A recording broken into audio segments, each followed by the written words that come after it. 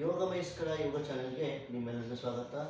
ಇವತ್ತು ನಾವು ಬೆಳಗ್ಗಿನ ಶರೀರವನ್ನು ಹೇಗೆ ಸಡಿಲ ಮಾಡೋದು ತಿಳ್ಕೊಳ್ಳೋಣ.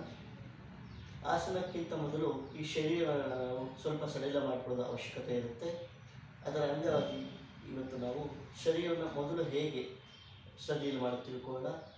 ರಾತ್ರಿಯೆಲ್ಲ ನಾವು ಮಲಗಿದ ನಂತರ ಶರೀರ ಬಿಗಿಯಾಗಿರುತ್ತೆ. ಅಂಗಾಂಗಗಳು, ಕೈ, ಕಾಲು, ಕೀಲುಗಳು ತುಂಬ ಬಿಗಿತದಿಂದ ಕೂಡಿರುತ್ತೆ. ಆ ಬಿಗಿತದಿಂದ ಕೂಡಿದ ಶರೀರನ ಸಡಿಲ ಮಾಡ್ಕೊಳ್ಳೋದು ನೋಡೋಣ. ಮೊದಲಿಗೆ ಎರಡು ಕಾಲನ್ನ ಸ್ವಲ್ಪ ಅಂತರದಲ್ಲಿ ಇಟ್ಕೊಳ್ತೀವಿ. ಒಂದು ಅಡಿ ಅಂತರದಲ್ಲಿ ಕಾಲನ್ನ ಅಂತರದಲ್ಲಿ ಇಟ್ಕೊಳ್ತೀವಿ.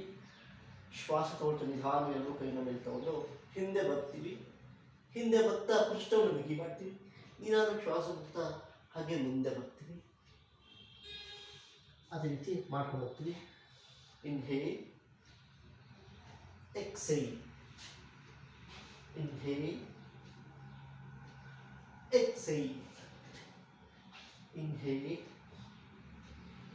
exhale, inhale, exhale, inhale,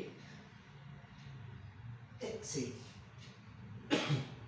ಈ ರೀತಿ ನಾವು ಶರೀರವನ್ನು ಸಡಿಲ ಮಾಡ್ಕೊಳ್ಬೋದು, ಸ್ಟ್ರೆಚ್ ಮಾಡ್ಬೋದು. ಇದರಿಂದ ಮುಂದಿನ ಯೋಗಾಸನಗಳನ್ನ ಮಾಡೋಕ್ಕೆ, ಮುಂದಿನ ಆಸನಗಳನ್ನ ಮಾಡೋಕ್ಕೆ ತುಂಬ ಅನುಕೂಲವಾಗುತ್ತೆ. ಕೈ, ಕುತ್ತಿಗೆ, ಬೆನ್ನಿನ ಭಾಗ, ಕಾಲಿನ ಭಾಗ, ಹೊಟ್ಟೆಯ ಭಾಗ ಎಲ್ಲ ಕೂಡ, ಅದೇ ಪಕ್ಕೆಲುಬು ಕೂಡ ಸ್ಟ್ರೆಚ್ ಆಗುತ್ತೆ ಇದರಿಂದ. ನಮಸ್ಕಾರ.